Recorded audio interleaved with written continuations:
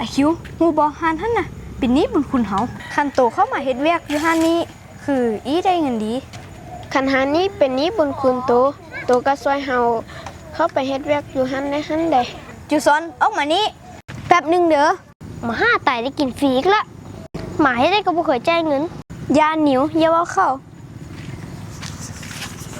จูเฮามีเลี้ยงสิมาแนะนำโตจูซอนคันโตเชียร์ความเฮาฮันโตอีขายดีรถ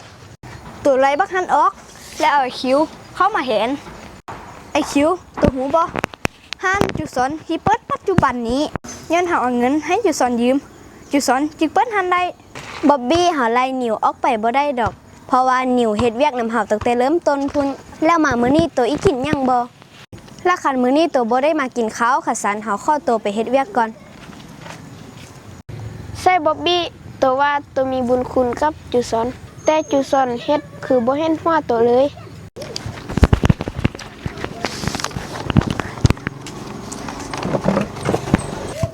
จูช่วงนี้เฮาเด็ดฮ้อนจังตัวมีเงินให้เฮายืมจักหน่อยบ่บ๊อบบี้เดี๋ยวเฮาคิดก่อนเด้อ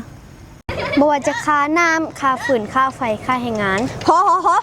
ตัวไว้ให้เฮายืมเฮาได้ตัวว่ามาลด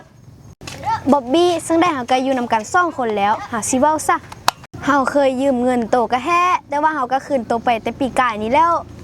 เฮายืมโตไป30ล้านแล้วเฮาก็คืนแล้ว40ล้านเฮาให้ดอกแพงกว่าธนาคารอีก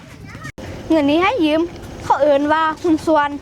บ๊อบบี้เฮาก็เป็นหมู่กันตัวอย่ามาเลี้ยมเสียเฮา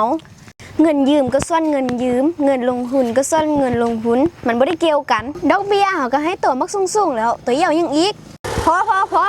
มื้อนี้เอาฮัดกะเฮาไข่ดาว2หน่วยเด้อจู่เมื่อยกับลูกค้าที่เด้อมาห้าแต่กินฟรีเห็นนิสัยแบบนี้นะมาแก๊ปปีแล้วฮัลโหลจูซอนเฮาบ่อยากให้ตัวมาดอกพอดีหมู่เข้านินทาตัวอยู่กับบ๊อบบี้นะว่าตัวยืมเงินแล้วลืมบุญคุณบ่เป็นหยังเดี๋ยวเฮาออกไปตัวหูบ่จูซอนน่ะย้อนเฮาเอาเงินให้ยืม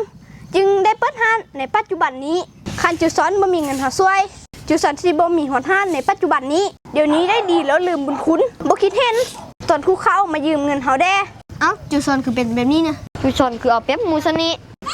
บ๊อบบี้นินทาเรื่องเฮาพอแล้วบ่โตไปทางได้โตก็บอกหมู่คนอื่นว่าเฮายืมเงินโตมันก็แค่แต่เฮาคืนโตแต่ปีกายนี่แล้วนี่เป็นเอกสารสัญญาเฮายืมเงินโต